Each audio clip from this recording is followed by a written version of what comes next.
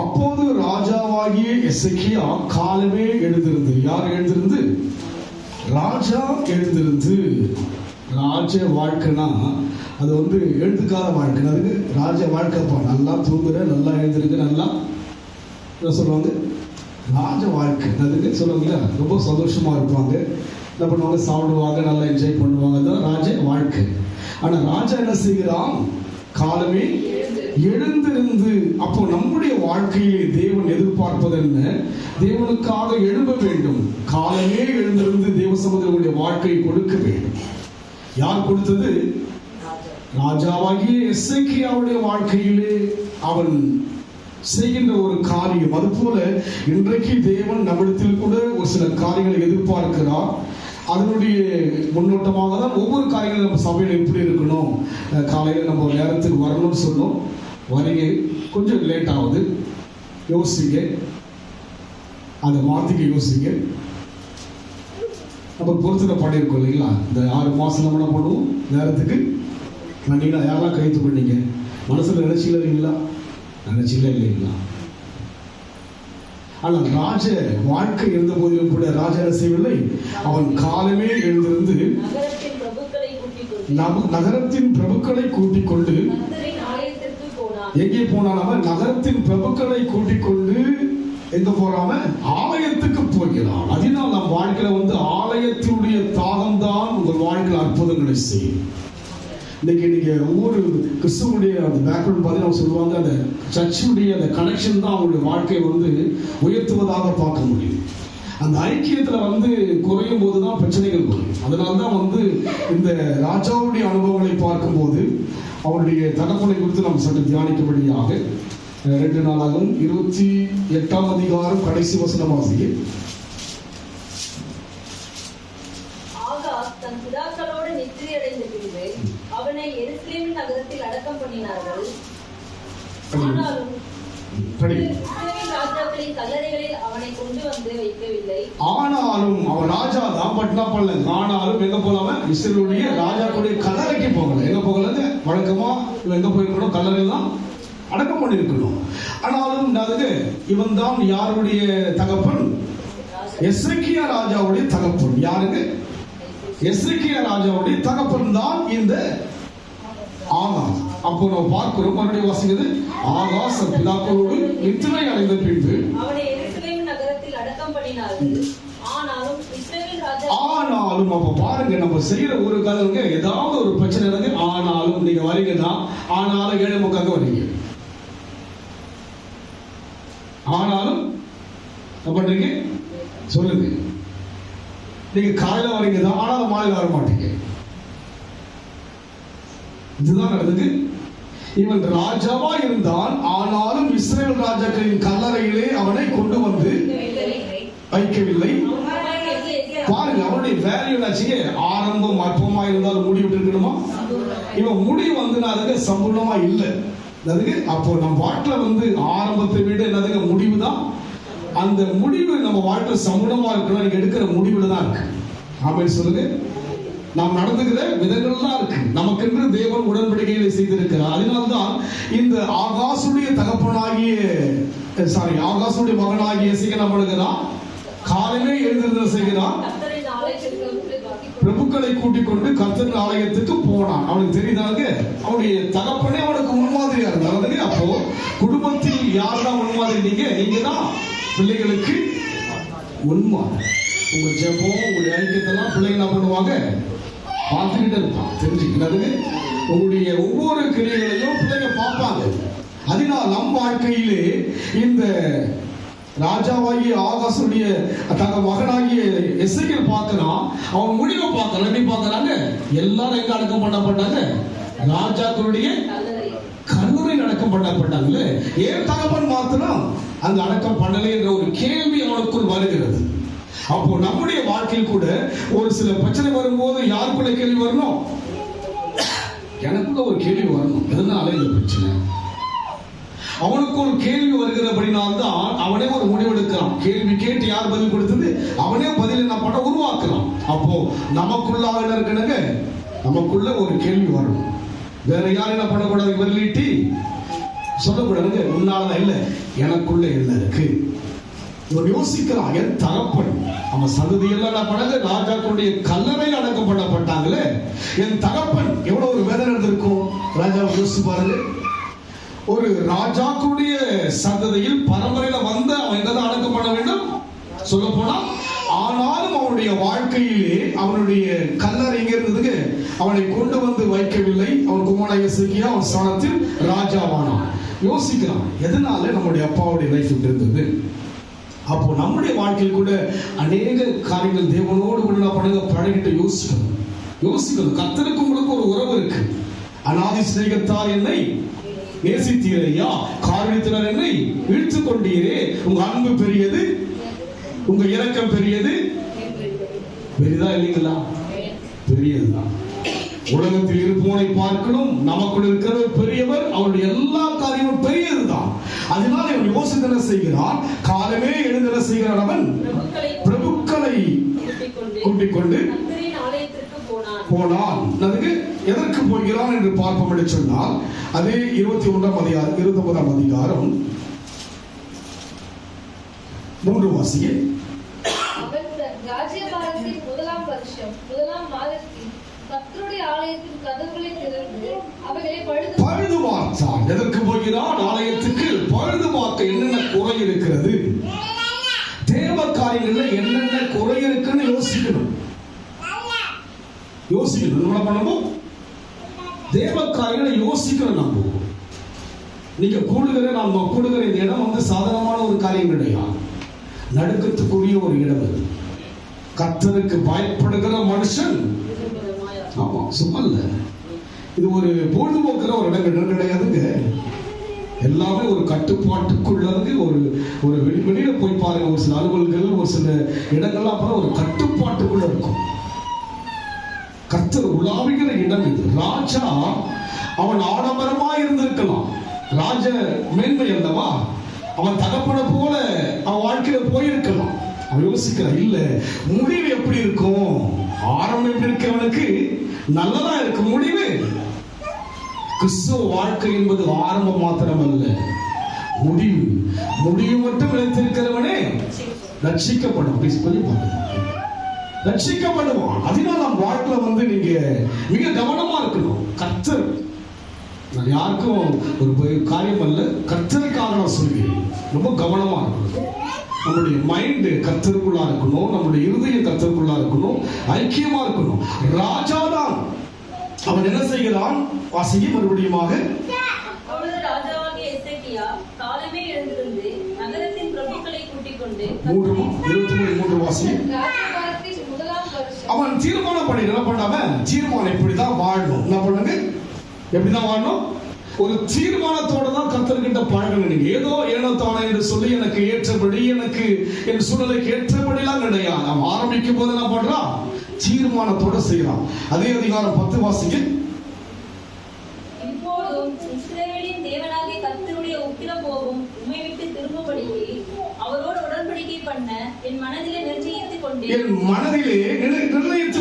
இதெல்லாம் என்ன நடக்குதுங்க, மனசில் நடக்கிற ஒரு காரியம். அதுக்கு வாயில் சொல்கிற ஒரு காரியத்தை தேவன் ஏற்றுக்கொள்ள மாட்டான். அதுக்கு வாயிலே சொல்வதை அல்ல, மனதிலே நிர்ணயித்துக் கொண்டான். என்ன நினைத்துக் கொண்டான், ஆலயத்தை பழுது பார்க்கணும். இந்த பழுது பார்க்கணும். இன்னும் சற்று அதை விலகிக் கொள்ள வேண்டும் என்று சொன்னால், 1 கொரிந்தியர் 11ஆம் அதிகாரம் 28 வாசிங்க.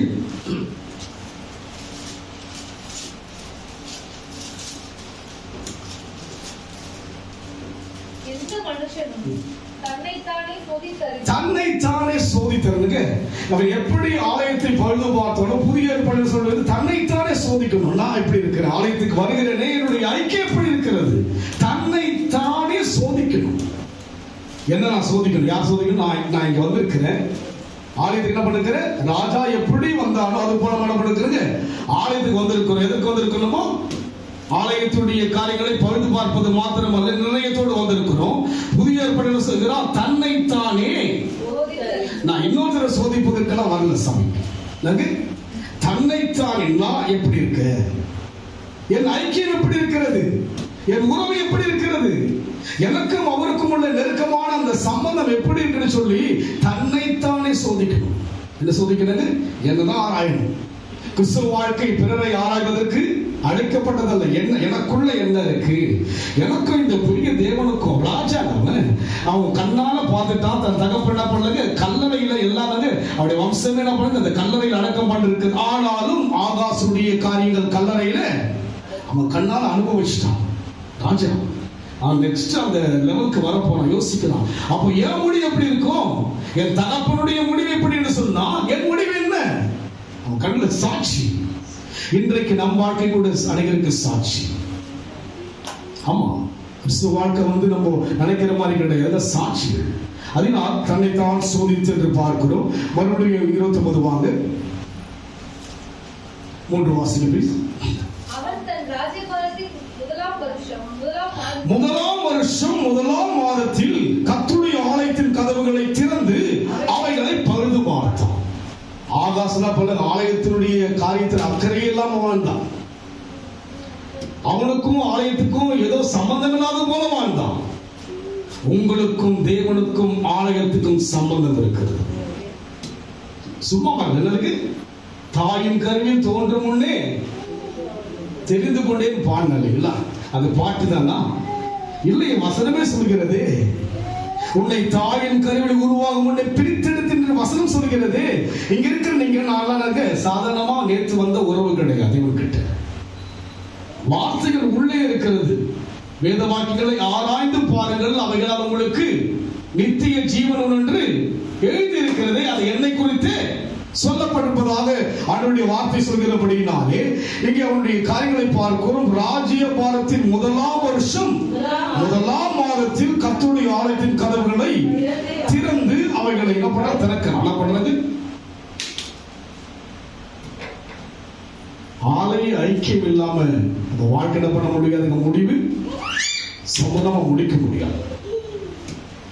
கடைசி வரைக்கும் பவுல் சொல்லுகிறார், நல்ல போராட்டத்தை போராடினேன், ஓட்டத்தை முடித்தேன், விசுவாசத்தை காத்துக்கொண்டேன். இது முதல் எனக்கென்று நீதியின் கிரீடம் வைக்கப்பட்டிருக்கிறது. தேவ ஜனங்கள் வாழ்க்கையிலே ஆரம்பம் பெரிதல்ல. ஓடிட்டே இருக்கணும், ஓடிட்டே இருக்கணும். கர்த்தருக்காக நம்முடைய வாழ்க்கையை முழுமையாக கொடுக்கணும். என் தேவை நிறைவேறிவிட்டால், என் பிரச்சனை தீர்ந்து விட்டால், என் பலவீனம் மாறிவிட்டால், இல்ல ஆண்டவர் எப்படியெல்லாம் கொண்டு வந்தோமோ அப்படிலாம் கர்த்தர் கொண்டு வருவார். ஒரு சந்தர்ப்பத்தில் அப்படி கொஞ்சம் ஒரு மாதிரி கெத்தா இருப்பாங்க. யோசிச்சுட்டு இருப்பேன், அவர் அப்படி என்ன பண்ணுவாரு, நம்மளாம் ஒன்றும் செய்ய வேண்டியது. இந்த கெத்தை யாருக்கு மாத்துவாரு? அவர் மாத்து. வசனம் நம்முடைய வாழ்க்கையில பண்ண ஒரு நாள் செயல்படும். அதனால் இவனுடைய என்னதுங்க ராஜ மேன்மையா இழக்கிறான். காரணம் என்ன? அவனுடைய வாழ்க்கை அப்பாவை பார்த்துட்டான். அவருடைய முடிவு என்ன பண்ணிட்டான்? விலகிடுச்சு. அவனுக்கு சாட்சியா இருந்தான் தகப்பன், அப்பா பார்த்துட்டான். இவரை போல வாழ்க்கை இருக்கக்கூடாது என்று சொல்லி முடிவெடுத்து செய்கிறான். அவன் காலமே எழுதன செய்கிறான். பிரபுக்களை கூட்டிக் கொண்டு கர்த்தரின் ஆலயத்துக்கு போகிறான். எதற்காக? ஆலயத்தின் கதவுகள் திறந்து அவைகளை பழுது பார்த்து ஆசாரியரையும் லேவியரையும் அழைத்து வந்து அவர்களை கிழக்கு வீதியிலே கூடி வர செய்தான். இதுக்கு முன்னுக்கு ஒரு ராஜா பார்த்தீங்கன்னா ஆசாரிய ஊழியத்துக்கு போயிட்டான். போயிட்டு ஆலயத்துக்கு போய் என்ன பண்றாம அவன் தூபம் காட்டும் போது ஆயிடுச்சு. இதுக்கு முன்னிருக்க ராஜா ஆசனுக்கு தூபம் காட்டும் போது குஷ்டரோகியா மாறிட்டான். இவனுக்கு தெரியுது யார் தான் இதை செய்ய வேண்டும். இதற்கு ஒரு கணம் இருக்கிறது. ராஜா தான் ஆலயத்தில் பழுது பார்க்க போகிறான், காரியங்களை செய்ய போகிறான். அங்கே யார் வர வேண்டும்? அவனுக்கு எல்லாம் ஒழுங்கும் தெரியுது.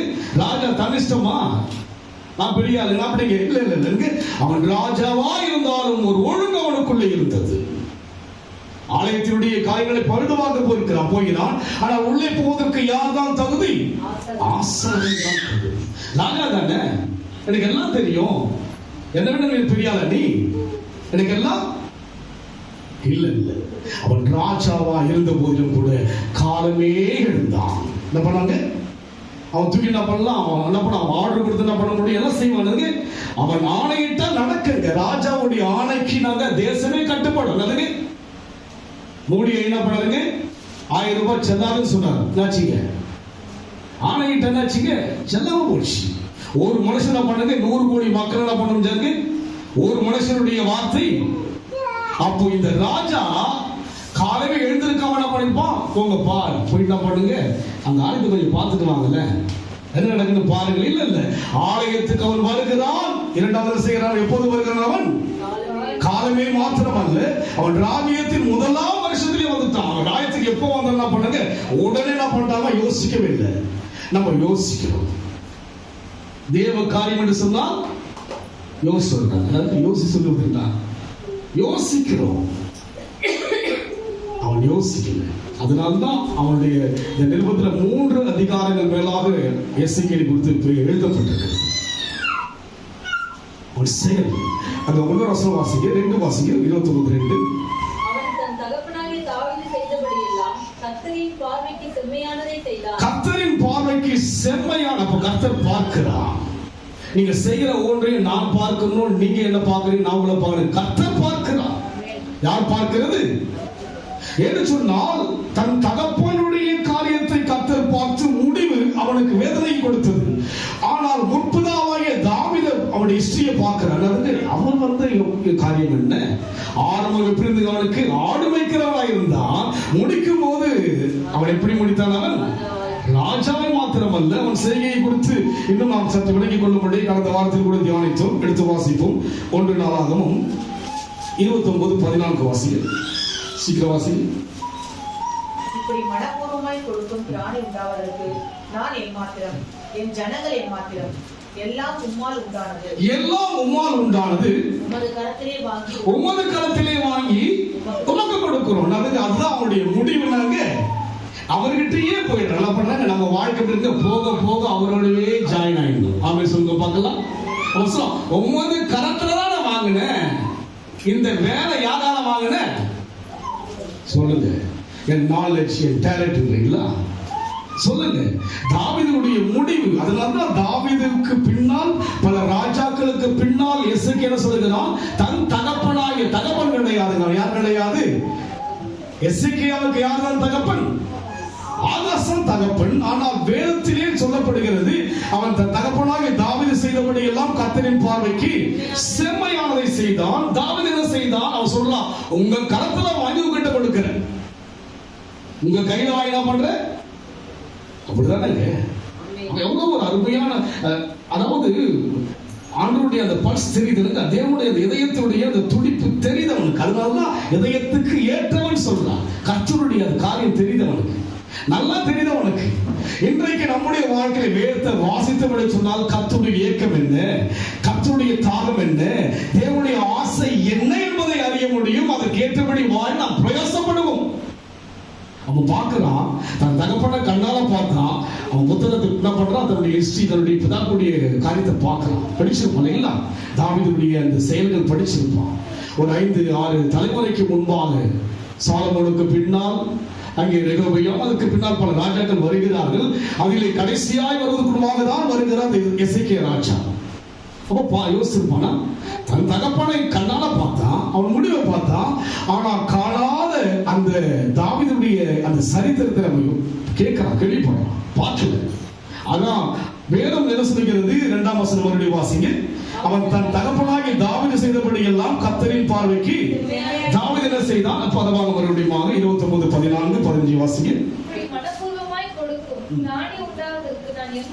திராணி உண்டாவதற்கு அதுக்கு கொடுத்துட்டான். நான் கொடுத்தேன்னு சொல்ல, திராணி உண்டாவதற்கு நான் அந்த வசனத்துக்குள்ளாக, வார்த்தைக்குள்ளாக தேவனுக்கு அவனுக்குள்ள பிணைப்பை நல்லா பார்க்க முடியும். வார்த்தை தானே அது.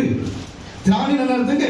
எனக்கு என்ன திராணி இல்லாதவன் நான் சாதாரணமா ஆடு மேய்ச்சவன். யாருனால நான் பாவிலும் எவ்வளவு ஜனங்க துதிக்க முடியாம இருக்கும், நான் துதிக்கிறேனே, தேவாதி தேவனை துதிக்கிறேனே, துதியில இறங்கி வருகிற தேவனை துதிக்கிறேன். நான் எம்மாத்திரம், அதுக்கு என்ன தகுதி இருக்கிறது? நான் பிரசங்கிப்பதற்கு என்ன தகுதி இருக்கிறது? திராணி இல்லை. படிப்போ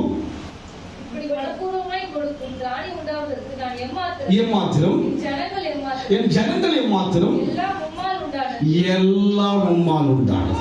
ஆமென் சொல்லுங்க. இன்னைக்கு இருக்கிறனா யாரால தெரியுங்களா? அவரால் தான். போயிருப்பேன், நிந்தைக்கு போயிருப்பேன், பலவீனத்துக்கு போயிருப்பேன், வியாதிக்கு போயிருப்பேன், வெட்கத்துக்கு போயிருப்பேன், ஒருவேளை இல்லாமல போயிருப்பேன். நான் மண்ணுக்கு போயிருப்பேன் நான் ஏமாத்திரும், நீங்கள் ஏமாத்திரும். எவ்வளவு அருமையாய் அந்த வார்த்தைகள் ஒவ்வொன்றும் அவன் சொல்கின்ற போது அவையெல்லாம் தேவனுடைய இதயத்துக்குள்ளாக ஈர்க்கப்படி. இப்படி ஒரு மனுஷன் தான் இயேசு கிறிஸ்து வாழ்கின்ற போது 100க்கு அதிபதிகள் அவனை பார்த்து சொல்வது, இஸ்ரவேலை இப்பேற்பட்ட விசுவாசத்தை நாம் பார்க்கல. அது போல் இன்றைக்கு ஒரு சின்ன சபை தான் நாம். இங்க இருக்கிற தனிப்பட்ட முறையில் எப்படி இருக்கிறீங்க கர்த்தர் பார்க்கலாம். படிக்கப்போ எல்லாம் உம்மாலே உண்டானது, உமது கரத்திலே வாங்கி உமக்கு கொடுத்தோம். உமக்கு முன்பாக நாங்கள் எங்களுடைய பிதாக்கள் எல்லாரையும் போலும் அரதேசிகளும் பரதேசிகளுமா இருக்கணும். அள்ளி கொடுத்தவனா சொல்றாங்க பரதேசின்னு சொல்றான். கிள்ளி கொடுத்தவனா பண்றாங்க பணக்காரன் சொல்றாங்க. அள்ளி கொடுத்தவனா பண்றாங்க எப்படி கொடுத்தாங்க? பொண்ணுக்கும் வெள்ளிக்கும் வெண்கலத்துக்கும் இரும்புக்கும் கணக்கு இல்லாம கொடுத்தவன் எப்படி சொல்றான் பார்த்தீங்களா? அரதேசியும். உங்களை பார்த்து பரதேசினா ஒத்துக்கீங்க. யார் பரதேசி? பாஸ்ட் பரதேசி. வீடு தான் வாசலுக்கு தான் உங்களுக்கு என்னங்க உங்களுக்கு. நீங்க பரதேசி சொல்லிங்களா சொல்ல மாட்டீங்களா? சொல்லிங்களா சொல்ல மாட்டீங்களா? யாரு தானே என்னக்குது மைனர் ஜாலி அவ்வளவுதான். ஒரு 5 நாள் படுத்தா என்னுடைய கதி அவ்வளவுதான். அந்த கதி அதுங்க ஓடிட்டு இருக்கேன், ஓடிட்டு இருக்கேன் நான். இருக்காங்க பிள்ளைங்களா, அப்புறம் பார்க்கலாம். நேரம் வரும்போது தெரியலைங்களா? இப்ப தெரியாது. தாவீது சொல்கிறான், நாங்கள் யாராய் இருக்கிறோம்? இருக்கிறோம். பூமியின் மேல் எங்கள் நாட்கள் ஒரு நிழலை போல இருக்கிறது. நம்பிக்கை இல்லை. என்ன வார்த்தை! ஆமென் சொல்லுங்க. நீங்க பைபிளை படிச்சுட்டே வாங்க. அப்பதான் உங்களுக்கு இவ்வளவுதான் உள்ள மனுஷன் தானா? கடவுளை ஈர்க்க முடியாத, வானத்தையும் பூமியும் ஈர்க்க முடியாத மனுஷனா இருந்தாங்களா? ஆம், அன்றைக்கும் இருந்தார்கள், இன்றைக்கும் இருக்கிறார்கள், நாமும் இருக்க வேண்டும். அதற்காக தான் வேதம் இது. அவன் எவ்வளவு மேன்மையான காரியங்களை தேவனுக்கென்று எடுத்து ஒதுக்கி வைத்த பிற்பாடு கூட தன்னை தாழ்த்துகிறான். என்று சொன்னால் எல்லாம் யாரால் வந்தது? உங்களால வந்தது. நான் ஓடுற இந்த கால் ஒருவேளை விழுந்து விட்டால் கால் உடைஞ்சிடும் ஐயா. வீட்டு எதிரில் ஒரு அம்மா இருக்கு, 2 வருஷம் என்ன பண்ண முடியல, அவங்களை எழுந்து நடக்க முடியல. நல்லா என்ன பண்ணாங்க, நான் பார்த்தீங்கன்னா சுகர் ஆகும்போது அப்போ சொன்னாங்க, இனிமேல் நீங்கள் கொஞ்சம் மாற்றிக்கணும். என்ன பண்ண முடியும், என்ன பண்ணுவீங்க, டைட்டெல்லாம் மாற்றிக்கணும், கொஞ்சம் என்ன பண்ணுங்க, அதை மாற்றிக்கணும்.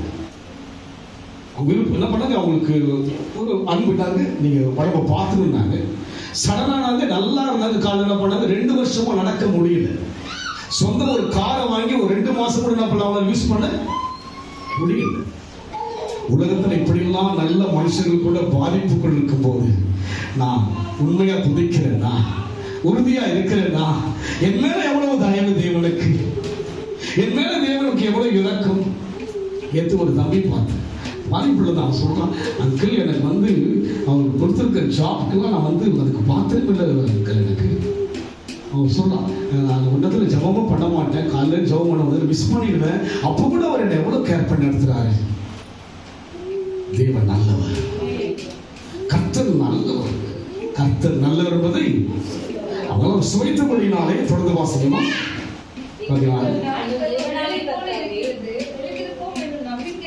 நம்பிக்கை இல்லாத வாழ்க்கை. அதனால்தான் கர்த்தரோடு கூட பழகுறான். பழகின வழியாக என்ன பண்றாங்க, பிதாக்களுடைய அந்த கல்லறையில் அடக்கம் பண்ணப்பட்டான் தாவீது. ஆனா ஆகாசோ அடக்கம் பண்ண முடியல, அந்த வேல்யூ இல்லாம போயிடுச்சு. அதனால் படிக்க தொடர்ந்து 17.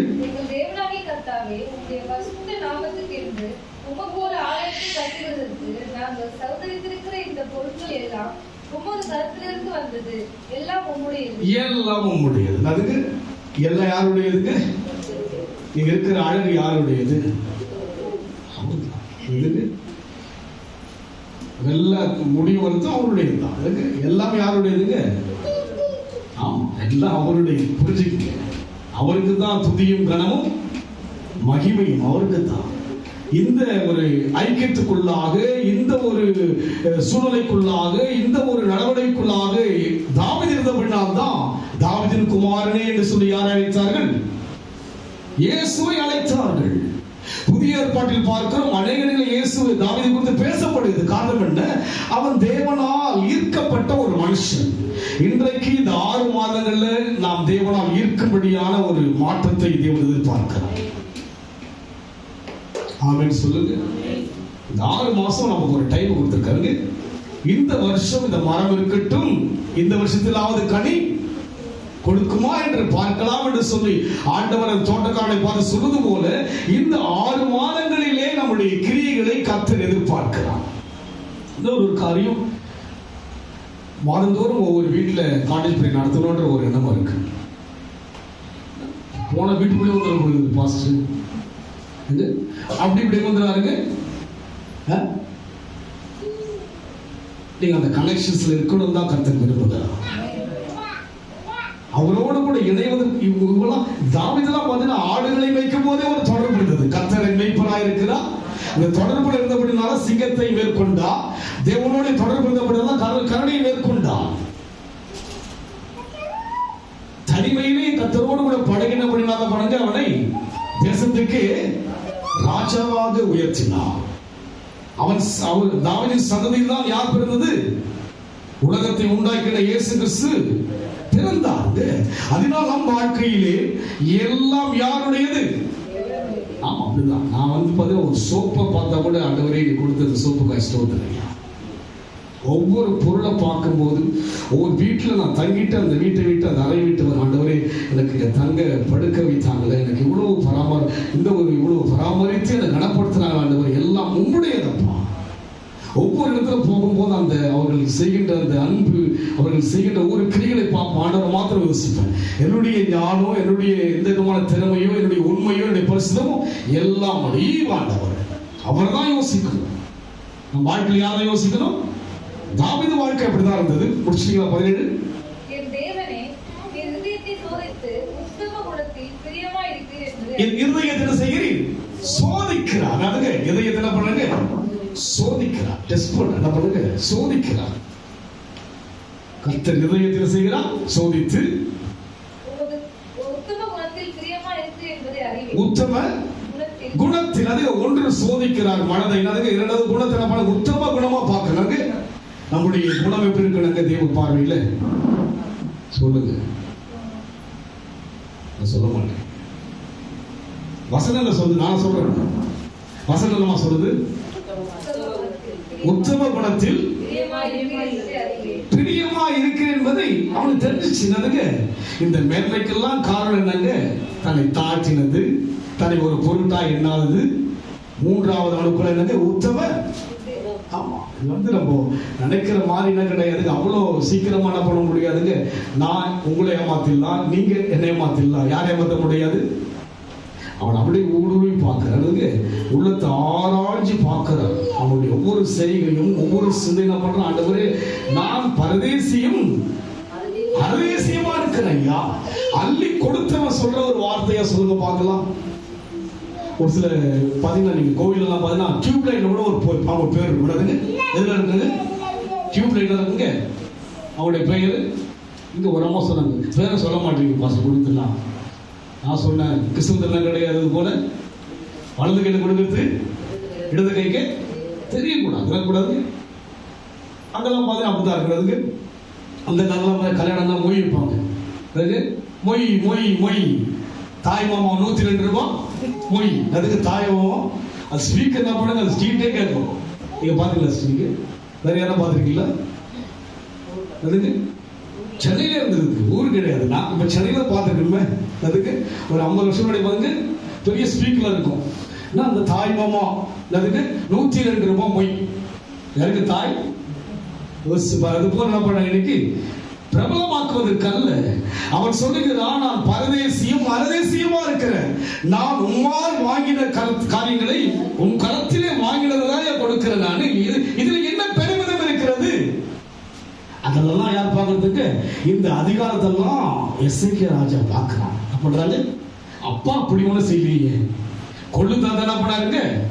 யாரு? 4, 6, 7 தலைமுறைக்கும் பார்த்திருக்கிற தாத்தாவுடைய அந்த காரியத்தை பார்க்கிறார். அப்படி சொல்லுங்க. உங்க வாழ்க்கையில கூட சிறந்த ஜனங்களை பாருங்கள். யார பாருங்க?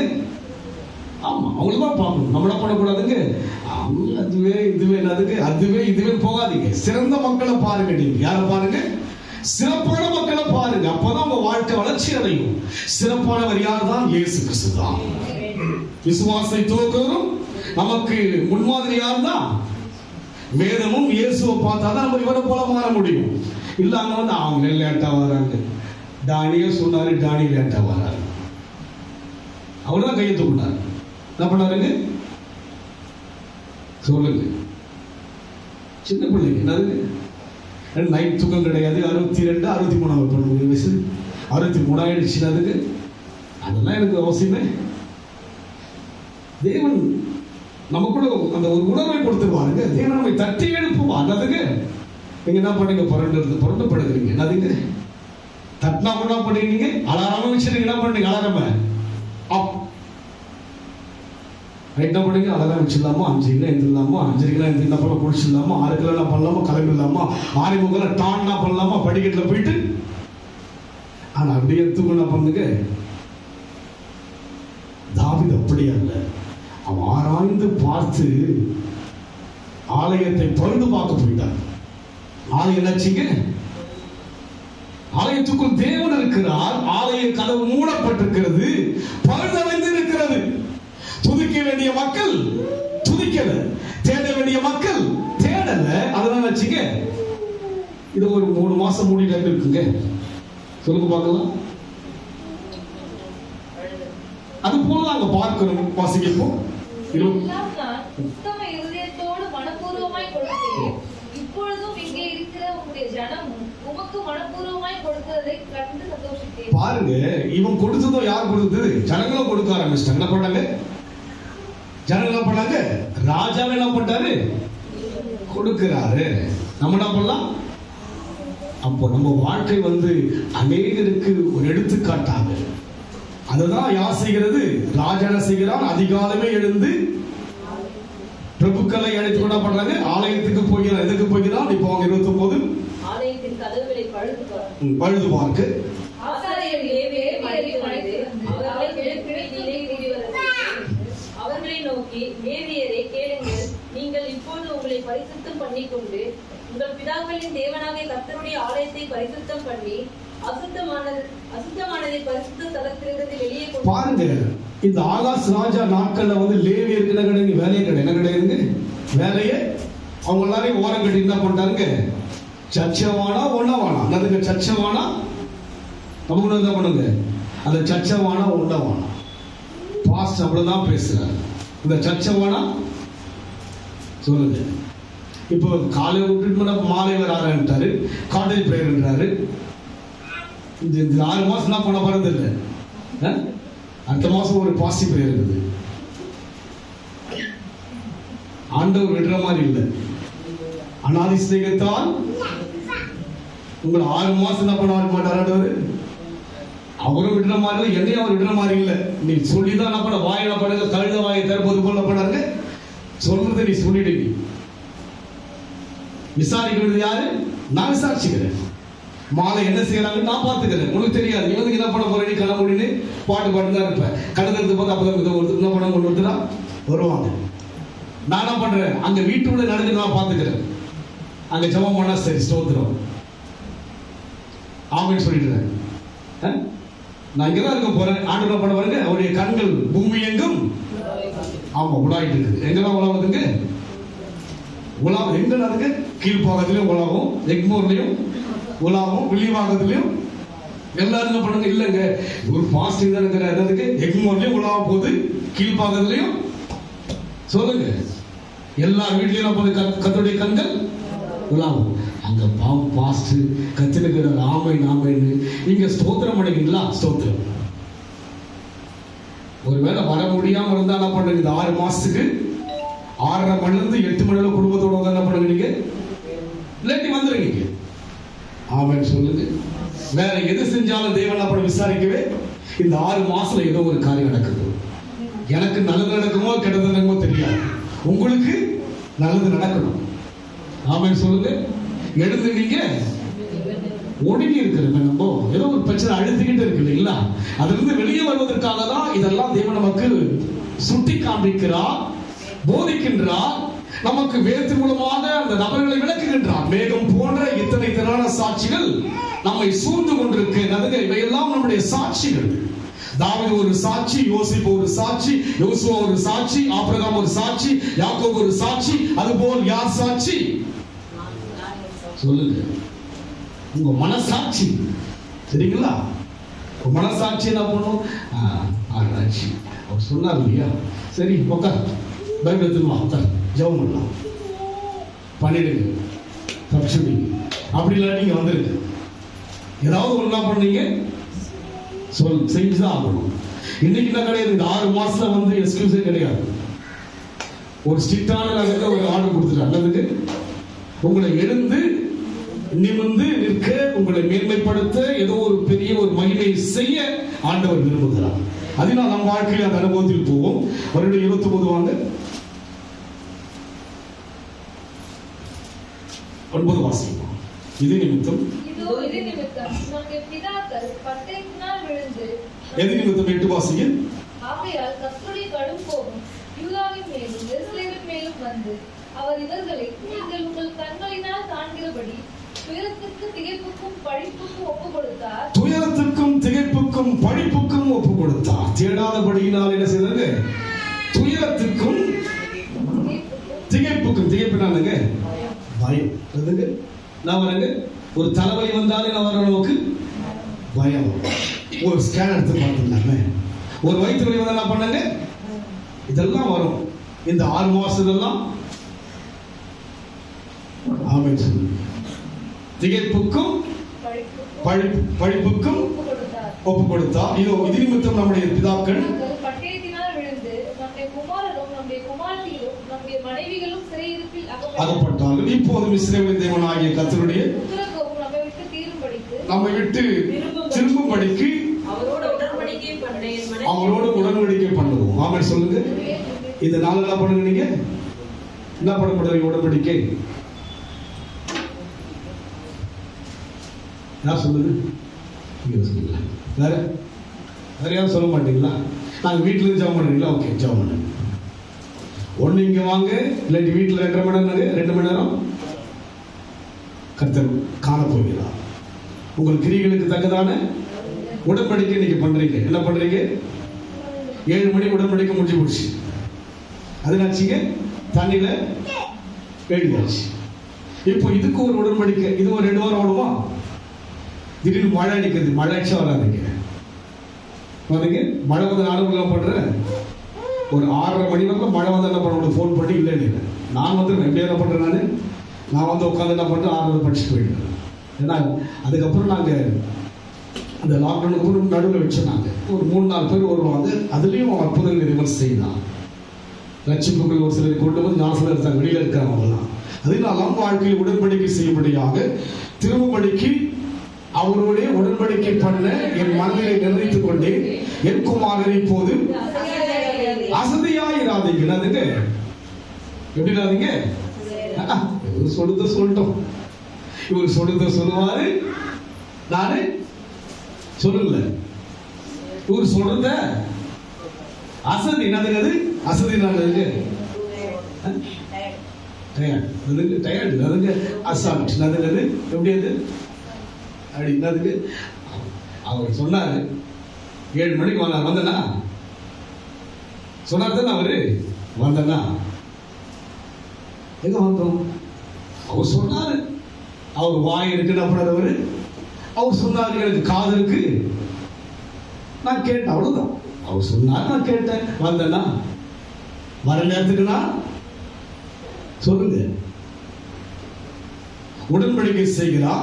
என் குமாரரை நீங்கள் இப்போது அசதியாயிராதீர்கள். நீங்கள் கர்த்தருக்கு பணிவிடை செய்யும்படி அவருக்கு முன்பாக நிற்கவும், அவருக்கு ஊழியம் செய்யவும், தூபம் காட்டுவதற்கு இருக்கவும் உங்களை அவர் தெரிந்து கொண்டார். புதிய ஏற்பாடுல பண்ணா நீங்கள் ராஜாக்கள் என்றும் ஆசாரியர் என்றும் அழைக்கப்படுங்க. யார் நீங்க? புதிய ஏற்பாடுல எல்லாமே பணிவிடை தான். ஆமென் சொல்லுங்க. துதிப்பதும் ஒரு, பாடுவதும் ஒரு பணிவிடை தான். அதுக்கு பரலோகத்துல போய் என்ன செய்ய போறோம்? என்ன செய்ய போறீங்க? அங்க போயிட்டு சிக்கன் வாங்க மட்டன் வாங்க சொல்ல போறீங்க? சொல்லுங்க பார்க்கலாம். அங்க விதவிதமான கடைகள் இருக்கும். அதுக்கு வெளிச்சத்துக்கு என்ன அவசியம் கிடையாது. சூரியன் அவசியம் இல்லை, சந்திரனும் யார் வாங்க இருக்கிறது? தேவன் தான். அதனால் இங்கேயே அந்த அனுபவங்களை கொஞ்சம் கொஞ்சமா நம்ம அனுபவிப்பதற்காக தான் இந்த ஒரு வழிமுறைகளை கர்த்தர் உண்டாக்கி இருக்கிறார். என்ன வழிமுறைகள்? ஆலய ஒழுங்குகள். அதனால் இன்னொரு வசனம் கடைசி வாசிங்க. 29:10 வாசிங்க. 2 நாளாகும் 30:9 வாசிங்க ப்ளீஸ். சீக்கிரம் வாசிங்க. நீங்கள் கர்த்தரிடத்துக்கு திரும்பினால் உங்கள் சகோதரரும் உங்கள் பிள்ளைகளும் தங்களை சிறைப்பிடித்தவர்களுக்கு முன்பாக இரக்கம் பெறுகிறதற்கும் தேசத்திற்கு திரும்புகிறதற்கும் அது ஏதுவாகும். உங்கள் தேவனாகிய கர்த்தர் கிருபையும் இரக்கமும் உள்ளவர். உங்கள் தேவனாகிய கர்த்தர் கிருபையும் இரக்கம். நமக்கு ஒரு வழி வருவதற்கு அவருக்கு தாங்காது. ஏன்னா அவருக்கு வழி கிடையாதுங்க. உங்களுக்கு வலிச்சா யாருக்கு வலிக்கும்? அவர் தழும்புகளால் அவருக்கு வலிக்கு. அதனால அவர் இரக்கமும். அதனாலதான் என்ன பண்றாங்க? அப்படியே இப்படி சொல்லி என்ன பண்றாங்க? அப்படியே நயம் காட்டி வசப்படுத்தி என்ன பண்றாங்க? அப்படி உள்ள பண்ணுவ காரணமான இரக்கம். பழி வாங்குகிற எண்ணங்கள் என்ன கிடையாது. இவங்க யாரு கிடையாதுங்க. பழி வாங்குகிற எண்ணம் நம்ம சொல்றாங்க. நீங்கள் பழி வாங்குவது உங்களுக்குரியது அல்ல. அப்போ தேவனுக்கு இறக்கும். அதனால என்ன பண்ண? இதெல்லாம் சுட்டி காண்பிக்கிறது தவிர இல்ல இல்ல என்ன அடிச்சிடுவாரு சாமி கண்ண இல்ல. இரக்கத்துக்காக தான் இரக்கம் விடும். அதனால என்ன பண்ண காண்பிக்கிறார் தவிர உங்களை அடிப்பதற்காக. அப்பா தவிச்சு அவர் யார்? அவர் கிருபையும் இரக்கமும் உள்ளவர். நீங்கள் அவரிடத்துக்கு திரும்பினால் தம்முடைய முகத்தை உங்களை விட்டு ஆமென் சொல்லுங்க பார்க்கலாம். எதுக்கு ஆமென்? அவருடைய முகத்தை விளக்க மாட்டார். அவருடைய முகம் தான் அவருடைய முகமா மாறும். ஆமென் சொல்லுங்க. எவ்வளவு இரக்கமாக உருக்கமாய் செய்கிறார். இன்னொரு வசனம் வாசிங்க. 30-20 வாசிக்கலாம். விண்ணப்பத்தை கேட்டு ஜனங்களுக்கு அனுகூலம் செய்தார். கர்த்தர் செய்த எசேக்கியாவுடைய விண்ணப்பத்தை கேட்டு நமக்கு அனுகூலம் செய்யக்கூடிய தேவன் விரும்புகிறார். இந்த ஆண்டு இந்த 6 மாதங்கள்ல ஒரு அனுகூலத்தினுடைய கதவுகள் திறக்கப்படும். தேவன் உங்களுக்கென்று அனுகூலமான காரியங்களை தேவன் செய்யும்படியாக எசேக்கியா விண்ணப்பம் செய்தார். உங்களுடைய காரியங்களுக்காக ஆண்டவர் சொல்லுகிற காரியங்களை நாம் செய்யும்படியாக நாம் கடந்து வரும்போது நம் விண்ணப்பங்களை கர்த்தர் கேட்பார். இந்த 6 மாதங்கள்ல நீங்க அவர் சொன்ன அந்த சட்டத்தின் பிரகாரமாக திட்டத்தின் பிரகாரமாக செயல்பட்டீங்கன்னா உங்கள் விண்ணப்பங்கள் எல்லாம் கேட்கப்படும். உங்கள் விண்ணப்பத்தின் மூலமாக அநேக அற்புதங்கள் தேவன் செய்வார். கடைசியாக ஒரு வசனம் வாசி. 32-33 வாசி.